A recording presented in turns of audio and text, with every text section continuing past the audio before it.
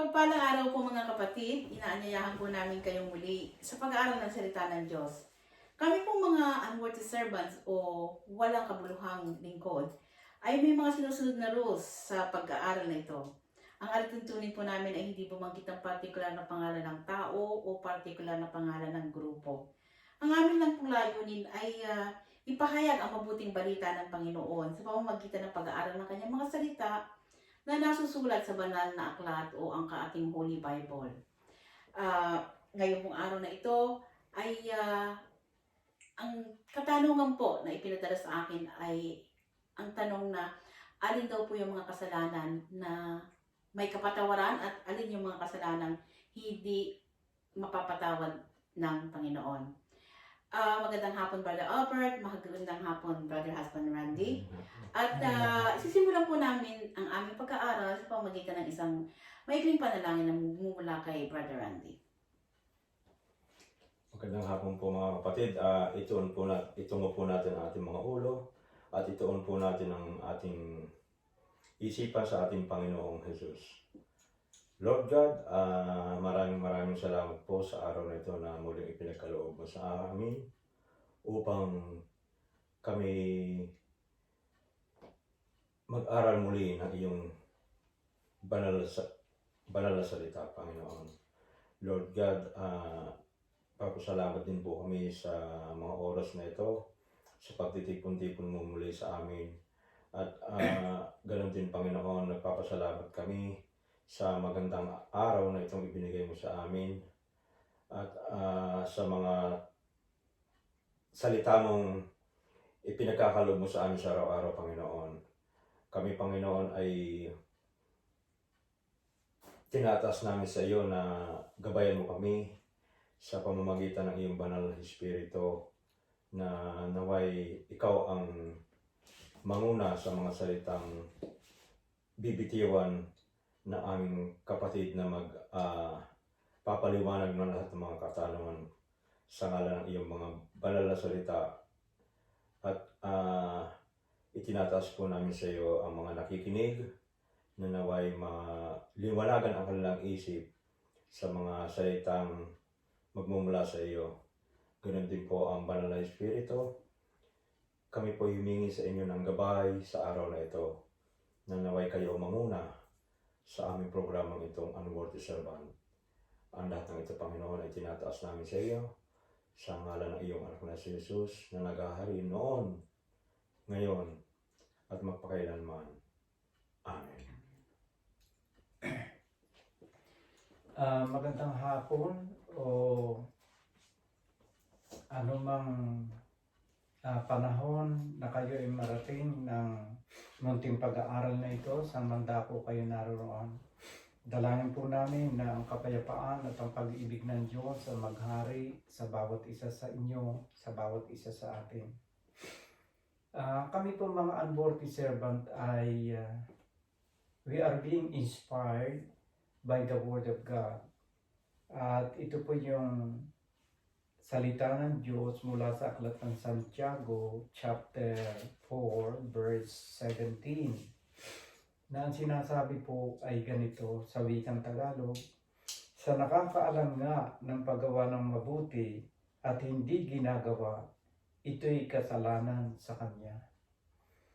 Ang aming pong pagsusumikap sa inyo, mga minamahal na magulang at kapatid, na maipaabot sa inyo ang salita ng Diyos, ay amin pong inaakala o iniisip na ito po'y isang gawang mabuti.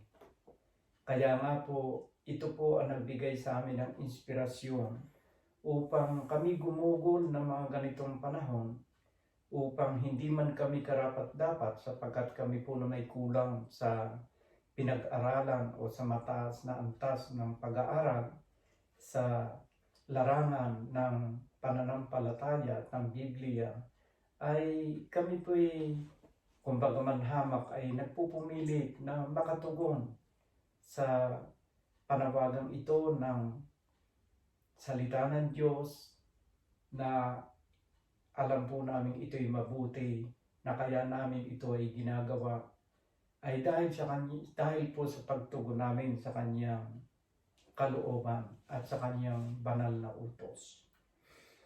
Mga kapatid, meron pong isang paksa na ninanais po ng ilang mga kababayan natin na bigyan ng kaliwanagan, at ito po ay ang paksang mga kasalanan na walang kapatawaran. Kung ating pong titingnan sa banal na kasulatan sa aklat po ng Mateo chapter 12, verse 31, ito po sinasabi. Pakibasa mo, Brother Randy. Sinasabi po rito mga kapatid, kaya't sinasabi ko sa inyo, ang bawat kasalanan at kapusungan ay ipatatawad sa mga tao, datapwat ang kapusungan laban sa Espiritu ay hindi ipatatawad. Ituloy mo pa, 32.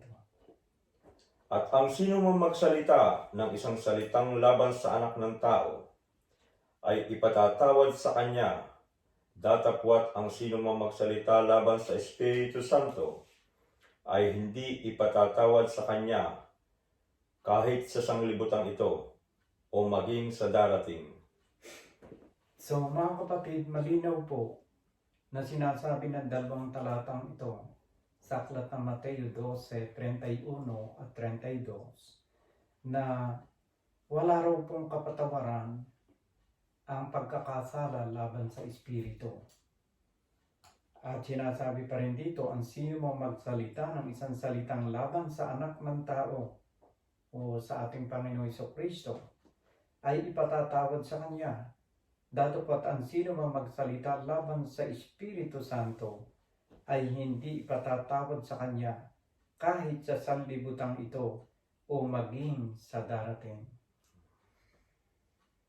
Napakalinaw po mga kapatid na ipinapahayag ng talatang ito na ito ay isang mabigat na pagkakasala kung tayo ay magsasalita ng kapusungan o laban sa Espiritu Santo.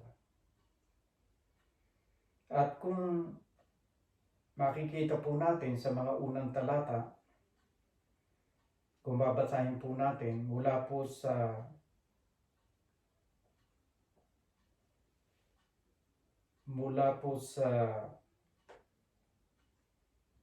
talata 25, kung itataas po natin, ganito po sinasabi, at pagkaalam niya ng mga iniisip nila, ay sinabi niya sa kanila, hindi, taas pa natin ang konti.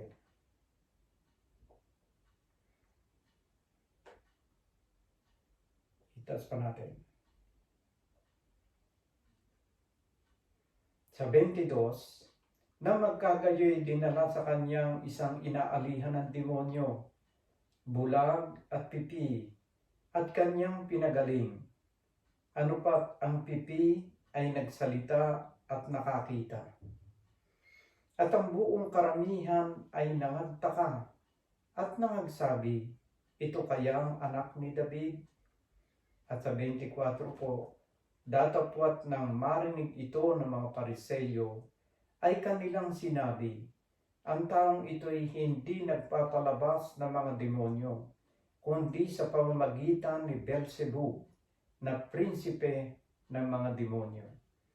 At pagkaalam niya ng mga iniisip nila, ay sinabi niya sa kanila, ang bawat kahariang nagkakabahabahagi laban sa kanyang sarili ay mawawasak, at ang bawat bayan o bahay na nagkakabahabahagi laban sa kanyang sarili ay hindi mananatili.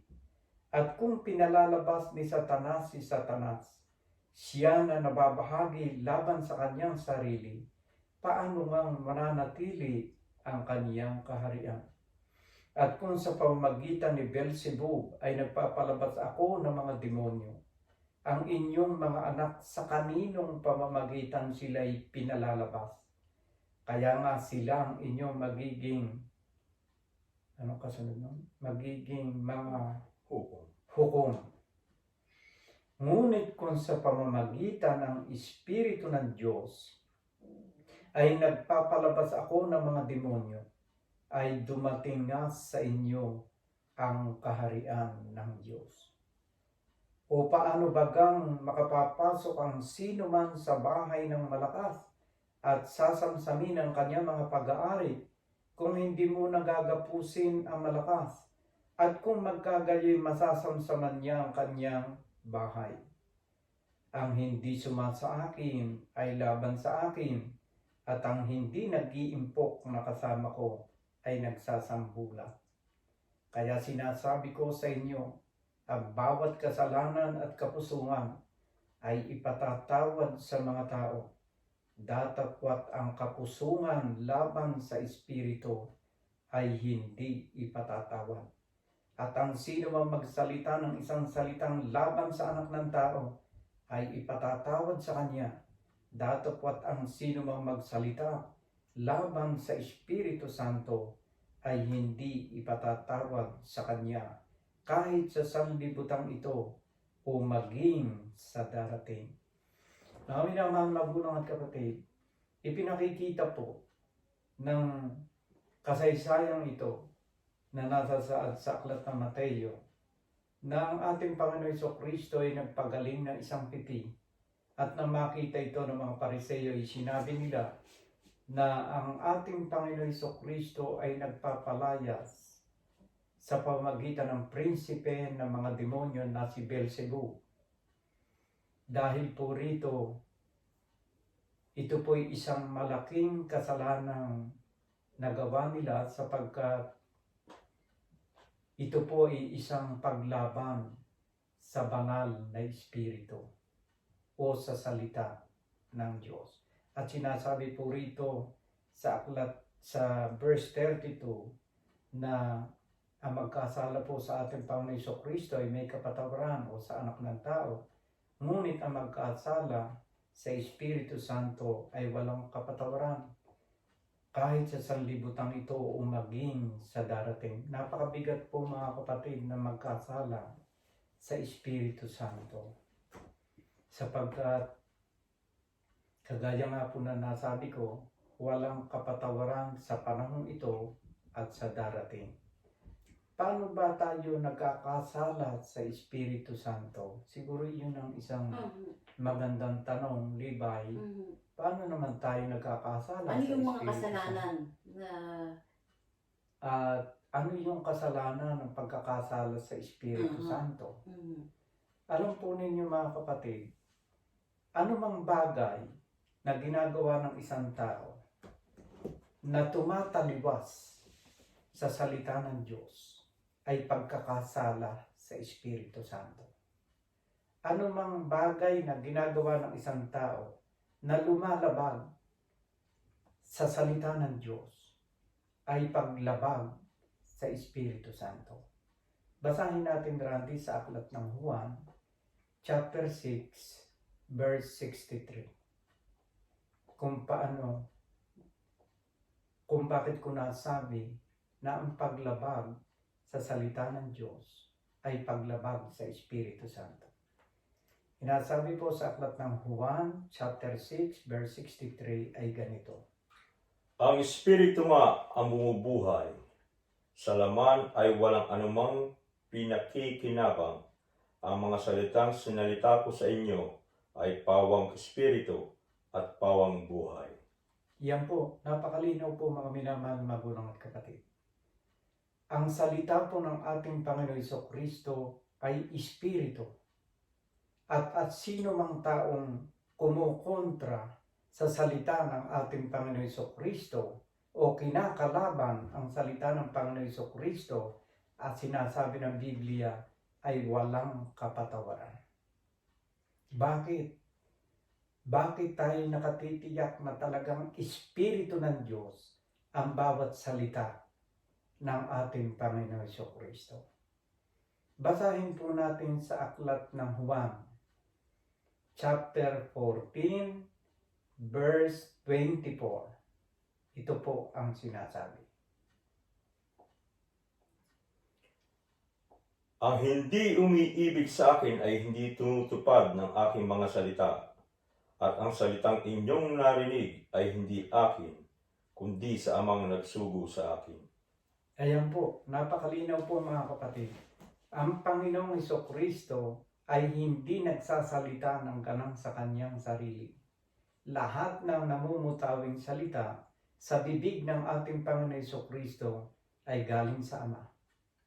Sa makatuwid, ito'y Espiritu ng Diyos ang bawat salita ng ating Panginoong Hesukristo. At ito po'y binanggit niya sa binasa nitong nakakarani kapatid na Randy sa Juan 6:63 na ang aking mga salita ay Espiritu at buhay. So malinaw po na ang mga salitang namumutawi sa bibig ng ating Panginoon Hesukristo ay hindi isang ordinaryong salita o human isang pantaong salita, kundi ito'y pawang mga salita ng Ama, ng kanyang Ama sa langit. Basahin mo pa rin sa chapter na yan, sa verse 10. Hindi ka baga nananampalataya na ako'y nasa Ama, at ang Ama ay nasa akin?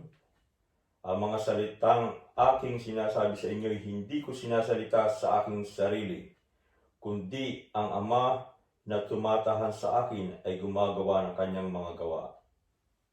Sa makatuwid, mga minamahal na magulang at kapatid, sa talatang yan ay malinaw na ipinaliliwanag ng ating Panginoong Hesukristo na ang kanyang mga salita ay hindi kaniya kundi mula sa Ama. At kung ang mga salita ng ating Panginoong Hesukristo ay kakalabanin ng sino man o pasasamain ng sino man, ito po'y isang kasalanan na napakabigat sa harapan ng Diyos. Uulitin ko po sa inyo ang talata. Hindi ka baga nananampalataya na ako'y nasa Ama? Dapat po tayo sumampalataya na ang ating Panginoong Hesukristo ay nasa Ama. At ang Ama ay nasa akin. Ang mga salitang aking sinasabi sa inyo'y hindi ko sinasalita sa aking sarili. Dito po'y inaamin ng ating Panginoong Hesukristo na hindi kanya ang bawat salitang namumutawi sa kanyang bibig, kundi ang Ama na tumatahan sa akin ay gumagawa ng kanyang mga gawa. So yung mga gawain ng ating Panginoong Hesukristo ng mga himala, yung mga pagpapagaling, yung kanyang mga pangangaral, ito pong lahat ay salita ng Ama. At sino mang tao na kumontra o sino mang tao na magpawalang halaga sa mga salitang ito ng Diyos o lumaban sa salita ng Diyos, ang kinakalaban niya ay ang Espiritu ng Diyos. Mga kapatid, ito po ang sinasabi sa aklat ng Mateo 12:31 o 32 na walang kapatawaran ang magkasala sa Espiritu. Tayo po ay itinadhana ng Diyos na sumunod lang, hindi po kumontra sa kanyang salita, sapagkat yan po ang kabuuan ng halaga ng buhay ng isang tao. Matakot tayo sa Diyos at sundin ang lahat ng kanyang mga utos na walang iba kundi ang Espiritu na kanyang mga salita. Basahin po natin sa aklat ng Ecclesiastes. Sa aklat po ng mga ngaral, chapter 12, verse 13 and 14, ang sabi po ay ganito. Basahin mo, Brother Andy. Ito ang wakas ng bagay, lahat ay narinig. Ikaw ay matakot sa Diyos at sundin mo ang kanyang mga utos, sapagkat ito ang buong katungkulan ng tao. Sapagkat dadalhin ng Diyos ang bawat gawa sa kahatulan, pati ng bawat kubling bagay, maging ito'y mabuti o maging ito'y masama. Malinaw po mga kapatid, Binibigyan din dito sa talata 13. Ito ang wakas ng mga bagay. This is the conclusion of everything. This is the sum up or the totality of our life here on earth. Fear God and obey His commandment. And what is the commandment of God? It is the word of our Lord Jesus Christ, which is the Spirit and life. We must live according to the gospel. We must live according to the word of God because this is Spirit. At kung tayo namumuhay sa Espiritu ng Diyos, namumuhay din tayo sa Kanyang salita. Hindi po maaari magkahiwalay ang Espiritu ng Diyos at ang mga salita ng ating Panginoon Jesucristo. To live in the Spirit is to obey the commandments of our Lord Jesus Christ. So ano po yung mga kasalanan, Brother Albert, na paano yung nagkakasala tayo sa Espiritu? Sa Biblia, meron ding mga sinasabing mga ngaral ng salita ng Diyos. Pero sa bandang huli, mapapansin natin sa huling talata ng aklat na yon, sa huling talata o sa mga sumunod na talata, na ang mga taong mag-iiba ng kanyang mga gospel o ng mga nakasulat sa Biblia ay dapat na masumpa.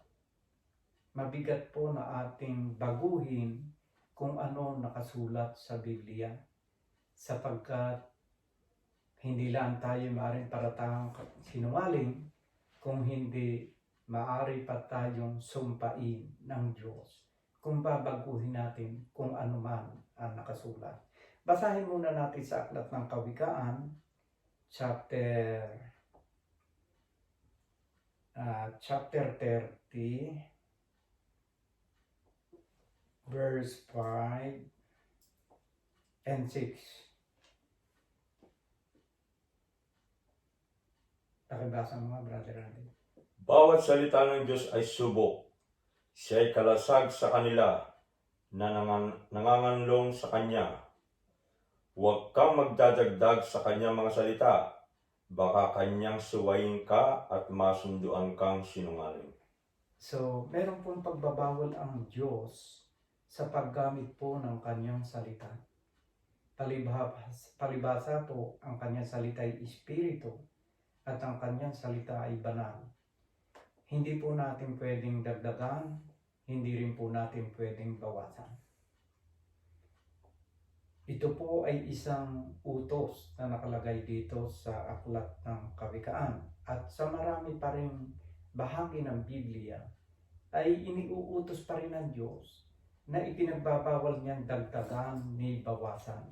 Basahin pa rin natin sa Aklat ng Jeremiah o Jeremias, chapter 26, verse 1 and 2.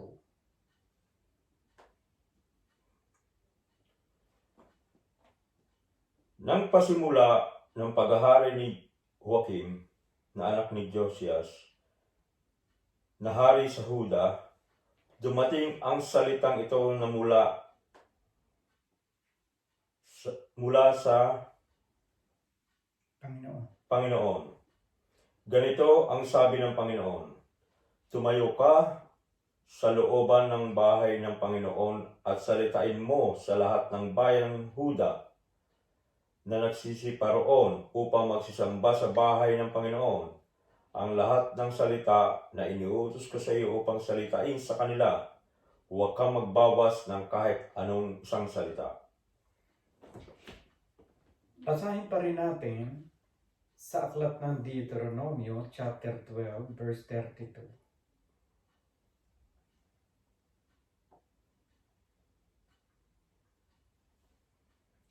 Chapter 12, verse 32. Kung anong bagay ang iniuutos ko sa iyo, ay siya mong isasagawa. Huwag mong dadagdagan ni babawasan. Ayan po mga kapatid, ang kautusan ng Diyos kung paano tayo mamamahayag ng kanyang banal na salita. Meron pong strict rules na ibinigay ang Diyos sa bawat isa sa ating mangangaral, sapagkat mahirap po na ating dagdagan ni ating baguhin ang salita ng Diyos, sapagkat meron pong sinasabi ang banal na kasulatan na maaaring tayong maging sinungaling o sabihin niyang tayo'y sinungaling o maaaring tayo'y sumpain ng Diyos kung sakaling tayo'y gagamit ng kanyang mga banal na salita nang hindi aayon sa kanyang kalooban. Basahin natin sa aklat ng Galatia, chapter 1, verse 8. Ito po ang sinasabi.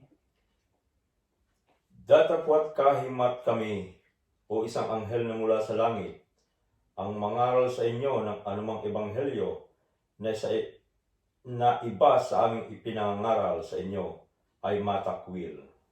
Itinatakwil po ng Diyos kapag binago po natin ang salita ng Diyos na nakasaad sa banal na kasulatan.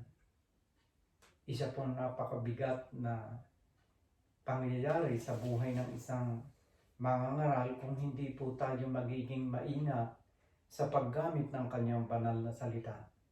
Meron pong mga sinasabi sa mga unang talata na binasa ni kapatid na Randy sa Jeremias 26 na huwag kang magdadagdag at huwag ka rin magbabawas sa kanyang mga salita. At inulit pa rin ng ating Panginoon sa aklat ng Deuteronomio chapter 12 verse 32 na ipinagbabawal din niya ang pagdadagdag. Malinaw po mga kapatid ang mga salitang ito ng ating Panginoon Jesucristo na kung tayo ay hindi mangangaral, kung tayo mangangaral ng babaguhin po natin kung ano ang mismo nakasulat, ang sabi po rito, siya ay matakwil. Dato po at kahimat kami o isang anghel na mula sa langit, kahit pa nga anghel pa mangaral, ang mangaral sa inyo ng anumang ebanghelyo na iba sa aming ipinangangaral sa inyo ay matakwil. Kaya nga po, binabasa po natin ang banal na kasulatan word for word sapagkat bawat kataga na nakasulat po sa banal na kasulatan ay mahalaga sa Diyos sapagkat ito po ay Espiritu ng Diyos ang kanyang mga salita. Now, meron pong sinasabi tungkol naman po sa kasalanang ikamamatay at kasalanan namang hindi ikamamatay. May dalawa po palang klaseng kasalanan na maaaring magawang isang tao. Bukod pa po sa kasalanang labag sa salita ng Diyos o kasalanang paggamit ng salita ng Diyos na hindi karapat-dapat, meron pa rin po palang binabanggit sa banal na kasulatan na kasalanang ikamamatay at kasalanan namang hindi ikamamatay. Ngayon po mga kapatid, nais kong basahin sa inyo sa aklat ng 1 John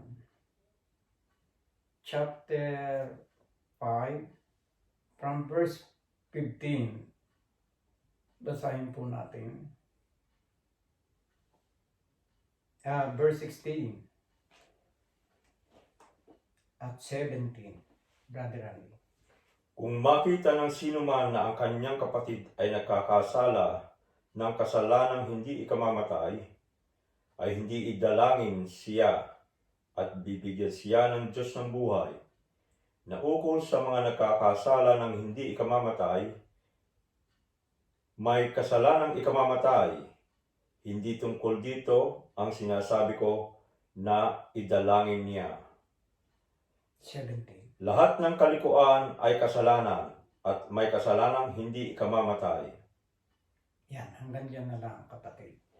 Ngayon mga kapatid, merong binabanggit dito, kung makita ng sino man ang kanyang kapatid ay nagkakasala ng kasalanang hindi ikamamatay, ay idalangin siya at bibigyan siya ng Diyos ng buhay na ukol sa mga nagkakasala ng hindi ikamamatay.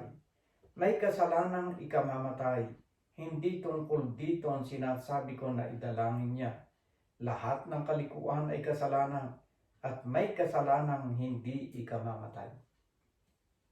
So, mga kapatid, pag-aralan po natin ngayon, ano ba itong mga kasalanang binabanggit na hindi ikamamatay?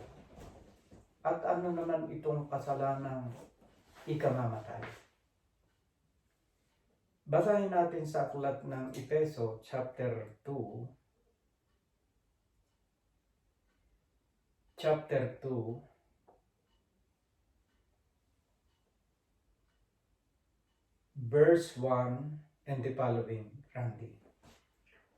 At kayo'y binuhay niya nang kayo'y mga patay dahil sa inyong mga pagsalangsang at mga sa inyong nilalakaran ng una ayon sa lakad ng sanglibutan ito, ayon sa pangulo ng mga kapangyarihan ng hangin, ng espiritu na ngayon ay gumagawa sa mga anak ng pagsuway. Sa gitna ng mga yaon, tayo rin naman ng ibang panahon ay nangabubuhay sa mga kahalayan ng ating laman, na ating ginagawa ang mga pita ng laman at ng pag-iisip, at tayo nooy katutubong mga anak ng kagalitan, gaya naman ng mga iba. Ngunit ang Diyos, palibhasa ay mayaman sa awa, dahil sa kanyang malaking pag-ibig sa kanyang iniibig sa atin, bagamat tayo mga patay dahil sa ating mga kasalanan, tayo binuhay na kalakip ni Kristo. Sa pamamagitan ng biyaya, kayo'y nangaligtas. At tayo'y ibinangong kalakip niya at pinaupong kasama niya sa kalangitan kay Kristo Jesus, upang sa mga panahong darating ay maihayag niya ang dakilang kayamanan ng kanyang biyaya sa kagandahan loob sa atin kay Kristo Jesus. Sapagkat sa biyaya kayo nangaligtas sa pamamagitan ng pananampalataya, at ito'y hindi sa inyong sarili, ito'y kaloob ng Diyos. Yan, hanggang dyan na lang, Randy. Alam niyo mga kapatid, mula sa verse 1, kung ating pong babalikan, at kayo binuhay niya ng kayong mga patay dahil sa inyong mga pagsalangsang at mga kasalanan.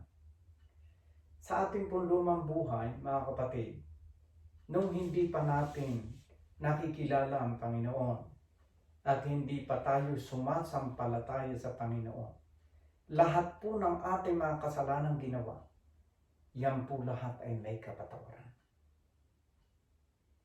Kahit ikaw ay murderer, adulterer, swindler, o anumang bagay na kasamaan ang iyong ginawa, nang wala ka pa kay Kristo, yan po lahat ay may kapatawaran kung ikaw ay sasampalataya sa Kanya.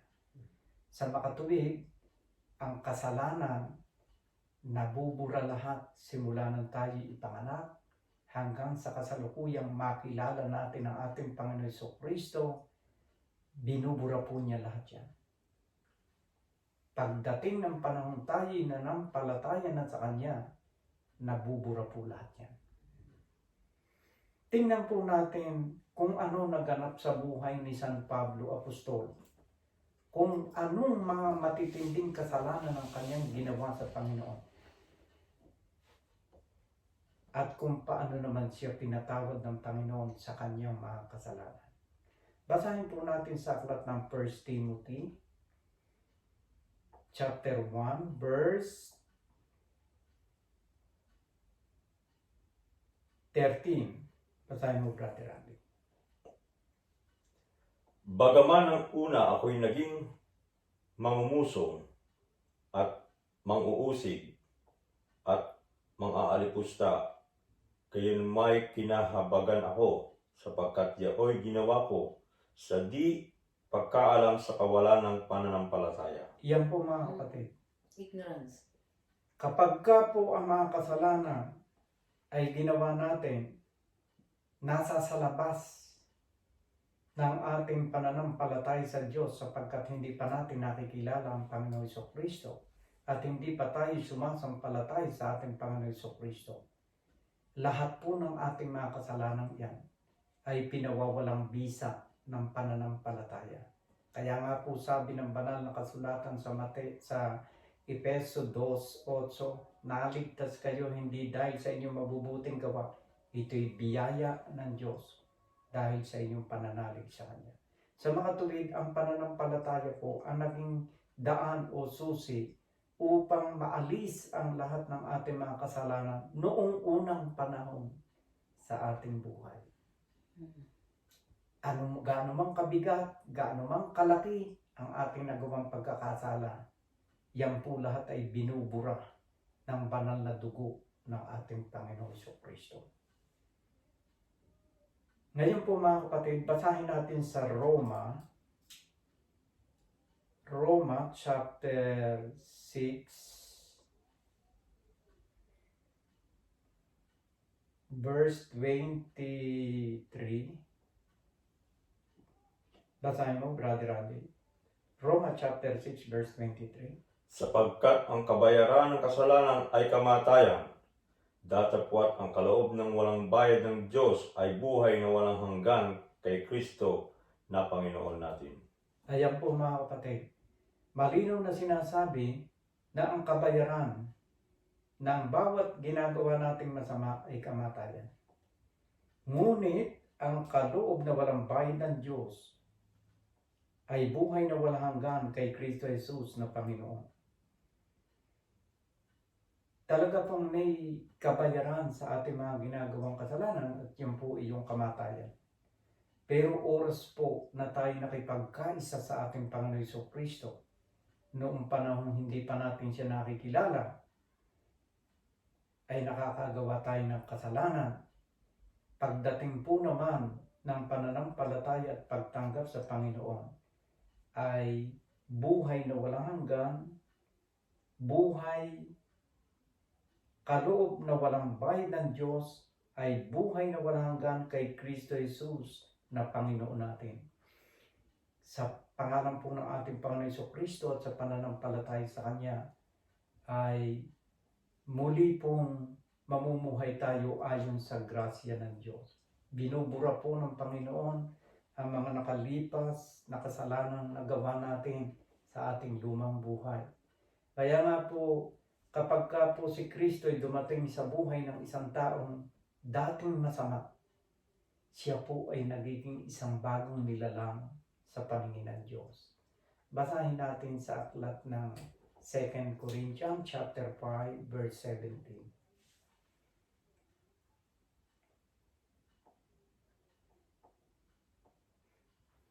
Basahin mo, Brother Randy. Kaya't kung ang sino man ay kay Kristo, siya'y bagong nilalang. Ang mga dating bagay ay nagsisilipas na, narito, sila'y pawang naging mga bago. Yan po mga kapatid, ang nagaganap sa isang tao na nakipagkaisa sa ating Panginoon Jesucristo. Kung dating siya murderer, kung dating siya adulterer, gaano man pong kasama ang kanyang dating buhay. Pagdating po ng pananampalataya sa Kanya, ng Kanyang pananampalataya sa ating Panginoon Jesucristo, ginagawa po ng Panginoong isa siyang bagong nilalang. Nililinis ang Kanyang dating pagkatao. Siguro po ang magandang halimbawa po niyan yung isang plastic bottle na ni-recycle. Kung ang isa man pong plastic na bote ay napakarumi, once na ito po ay dumaan sa proseso ng recycling, ito po ay bumabalik sa bagong-bagong plastic na bote. Ganon din po ang nangyayari sa buhay ng isang taong dating napakasama sa kanyang dating buhay, subalit na makilala niya ang Panginoon, siya po ay ginagawa ng Panginoon isang bagong nilalang.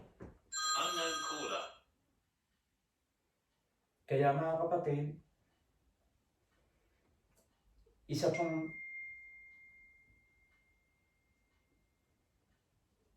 pong napakagandang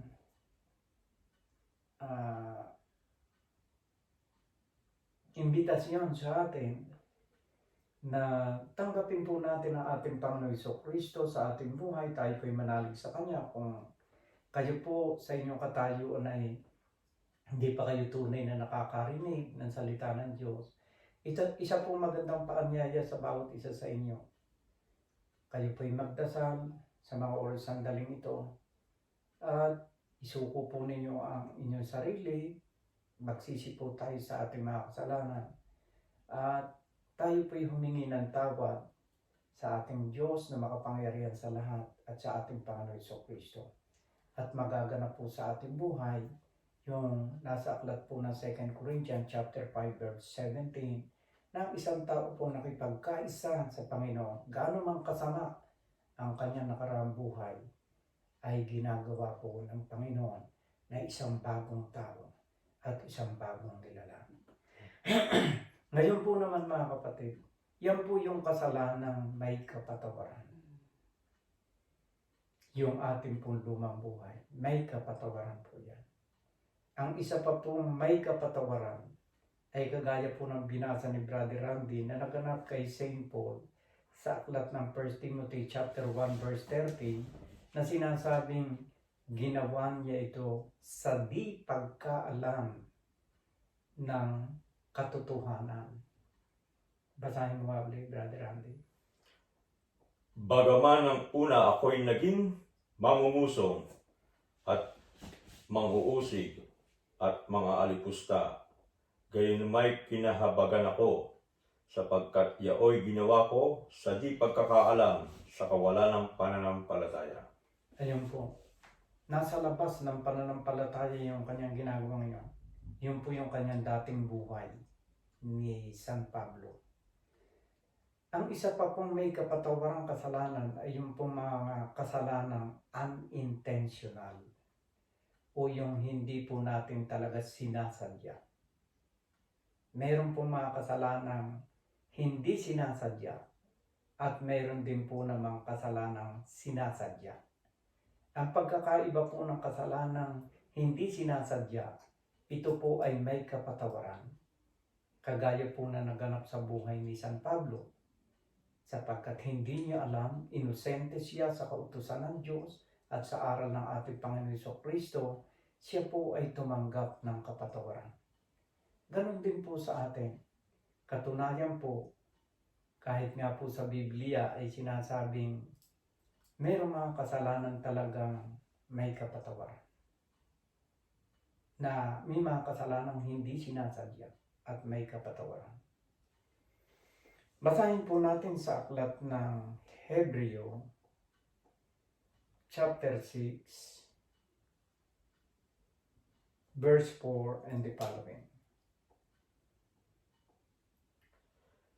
Sapagkat tungkol sa mga minsang naliwanagan at nakalasap ng kaloob ng kalangitan at mga nakabahagi ng Espiritu Santo at nakalasap ng mabuting salita ng Diyos at ng mga kapangyarihan ng panahong darating at saka nahiwalay sa Diyos, ay di maaaring baguhin silang muli sa pagsisisi, yamang kanilang ipinapakong muli sa galang kanilang sarili ang anak ng Diyos at inilalagay na muli siya sa hayag ng kahihiyan. O yan mga kapatid, kapag ka po ang isang kasalanan ay ginagawa natin intentionally, ito po ay isang kasalanang ikamamatay. Sapagkat ito po'y tahasang paglabag sa kalooban ng Diyos. Ibig sabihin po ng intentional, pinaplano. Talagang sinadya mo. Ah, Alam mo na sinasabing huwag makiapid. Pero patuloy mo pa rin ginagawa. Intention mo na talagang labagin ang kautusan ng Diyos. At ang paglabag po na intentional sa kalooban ng Diyos at sa salita ng Diyos at sa kautusan ng Diyos ay wala pong kapatawaran. Kaya po, pagkakilala natin sa katotohanan, pagkatanggap natin sa ating Panginoon Jesucristo at sa kanyang mga aral, kailangan pong sundin natin ito ng buong puso sapagkat mayroon pong kaparusahan na nakaabang sa atin kung tahasan po nating lalabagin ito o intentional na ating lalabagin ang mga kautusan ng Panginoon. Ngunit meron din po namang mga pagkakasalang hindi rin po naman intentional na kahit na ang isang tao ay magkasala nito ay hindi rin po naman masasabing ikamamatay niya sapagkat wala po roon ang kanyang intensyon na labagin.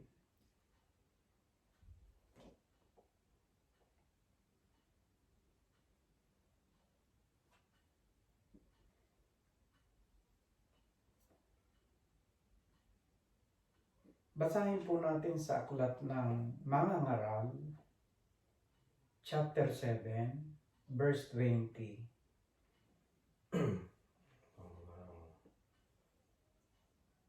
Basahin mo, brother. Ano po mga ngalo sa English? Ecclesiastes. Ano pong aklat? Mga Ngaral, chapter 7, verse 20. Tunay na walang matuwid sa lupa na gumagawa ng mabuti at hindi nagkakasala. So ito po'y pinapatunayan ng salita ng Diyos na kahit na ang isang righteous na tao o sinasabi nga sa wikang Tagalog na isang taong matuwid o gumagawa siya ng mabuti pero nagkakasala pa rin siya sapagkat meron pong mga aksidenteng pagkakasala kung minsan nagagawa ang isang tao. Ang masama pong kasalanan na magawa ng isang tao ay yung tuwiran niyang labagin ang kalooban ng Diyos na sinasabi doon sa aklat ng Hebreo chapter 6 verse 4 na binasa na nga ni kapatid na Randy na pagkatapos na ikay maliwanagan, tumanggap ka na ng mga gift ng banal na Espiritu, ay muli ka pa uling bumalik sa dati mong ginagawang buhay. Wala na pong naghihintay na kapatawaran sa mga ganitong tao, kundi ang naglalagablab na apoy ng impyerno. Kaya nga po mga kapatid, ang salita po ng Diyos ay isang salitang makabuluhan sa ating buhay. Kaya nga po sinasabi niya na fear God and obey His commandment. Bakit po dapat na katakutan ng Diyos? Sapagkat oras na tayo po'y magkasala at labagin natin intentionally ang kanyang mga kautusan, mayroon pong corresponding na kaparusahan. At yan po ay ang pagkahiwalay sa kanyang kaluwalhatian, walang hanggang paghihirap sa apoy para sa mga itinakwil ng Diyos. Mga kapatid, Well, Albert, may isa pang tanong. Ano po yung mortal sin? marami pong mga mortal sin na binabanggit sa Biblia na pag talaga pong tuwiran natin ginawa pagkatapos na tayo maliwanagan ng Diyos, ay yung po ay pumapatak na talagang mortal sin. Kagaya po ng mga turo ng Panginoon Jesucristo na huwag makiapid, huwag maglalasing, huwag maninigarilyo. Yan po yung mga tuwirang utos ng Panginoon na pagkatapos nating marinig, dapat po natin itong pahalagahan at katakutan natin ng Diyos sapagkat bawat paglabag intentionally ay mayroon pong kaparusahan na naghihintay sa bawat isa sa atin. Yan po ang sinasabi niya na huwag na po natin ipanalangin yung mga kasalanan that leads to death. Kasi meron po mga kasalanan na leading us to death. At yan po yung mga mortal sin. Mortal sin na talagang intentional na iyong ginagawa sa iyong buhay. Pagkatapos mong maaralan, maliwanagan ang salita ng Diyos, huwag ka na muling bumalik pa sa kasalanan, kapatid, sapagkat napakabigat na magiging kaparusahan. Inasabi rito sa aklat ng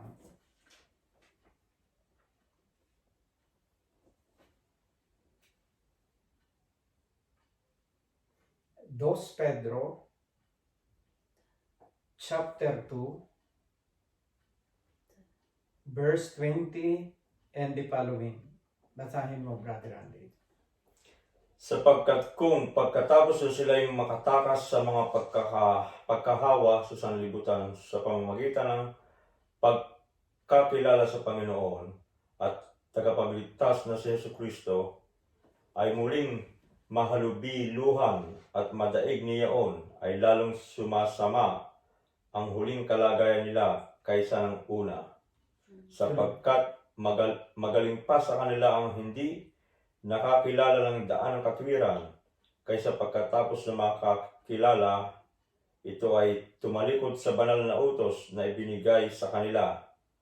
Nangyari sa kanila ang ayon sa kawikaang tunay, nagbabalik na muli ang aso sa kanyang sariling suka at sa paglulubalog sa pusali ang babaeng baboy na nahugasan.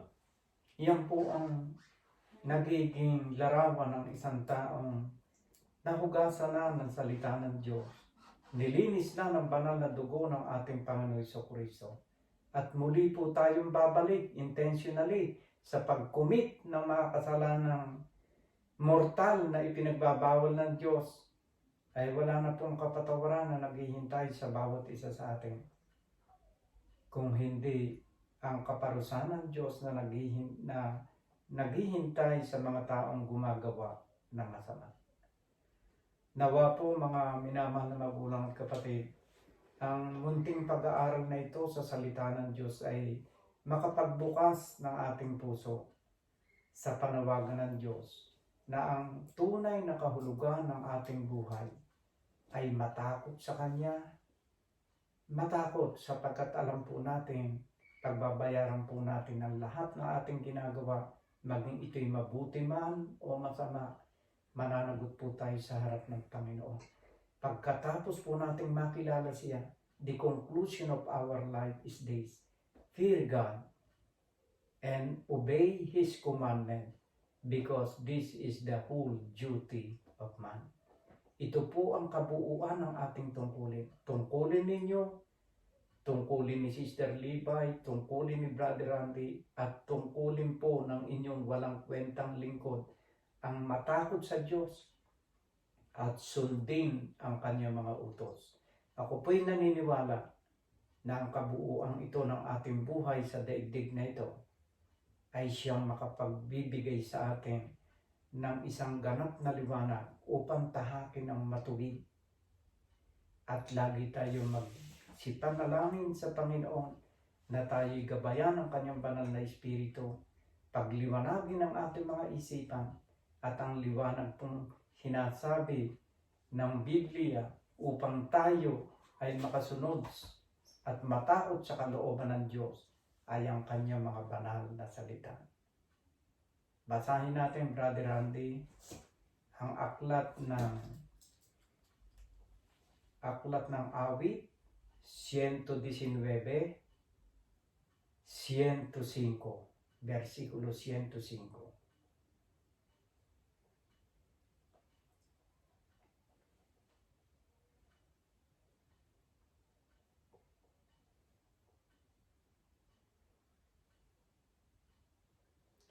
Ang salita mo'y ilawan sa aking mga paa at liwanag sa aking landas.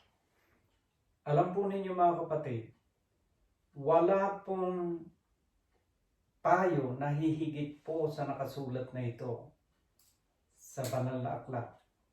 Ang iyong mga salita ay tanglaw sa aking landas, Ilawan sa aking mga paa ilawan sa aking mga paa, at liwanag sa at aking liwanag sa aking mga landas. Sa pamamagitan po mga kapatid ng ating pagninilay at pag-aaral ng banal na salita, maitutuwid po ang mga bagay na dapat na ituwid sa ating pamumuhay at sa ating pagkatao. Huwag po kayong magsasawa sa pagbabasa ng banal na kasulatan, sapagkat wala na pong totoo sa daigdig na ito, kundi ang kanyang mga salita. Basahin natin sa Aklat ng Awit 119 verse 160.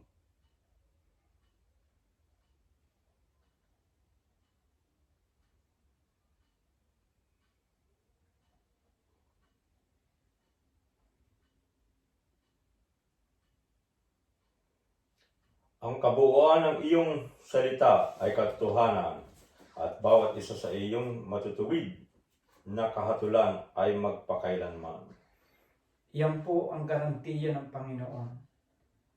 Ang kanyang bawat salita ay katotohanan at ang kanyang mga salita ay magpasawalang hanggan. Sa pamamagitan po ng liwanag na ito ng salita ng Diyos at tanglaw sa ating mga paa, sama-sama po tayong lalakad ng matuwid sa harapan ng Panginoon. Sapagkat ito po ang layunin ng ating buhay, mga kapatid. Ang mamuhay na may pagkatakot sa Kanya araw-araw at pagsunod sa Kanyang banal na kautusan. Magandang araw po sa inyo, mga kapatid, at nawa po ang kapayapaan, ang pag-ibig ng ating Panginoon ang siya maghari sa bawat isa sa atin. Amen. Maraming salamat po sa inyong lahat. Totoo nga pong napakasarap mag-aral ng salita ng Diyos. Araw-araw po na aming pagninilay, may mga bago po kami natutunan. Doon po sa mga nanghihingi sa amin ng panalangin, babanggitin ko po si Miss Joyce Turalba from Maryland in America. We will include po you in our prayer. At salamat po sa inyong panonood at pagsubaybay sa aming mga programang ito. At hanggang sa muli po, ang aming pong masasabi sa inyo ay be safe at God bless us all. Thank you.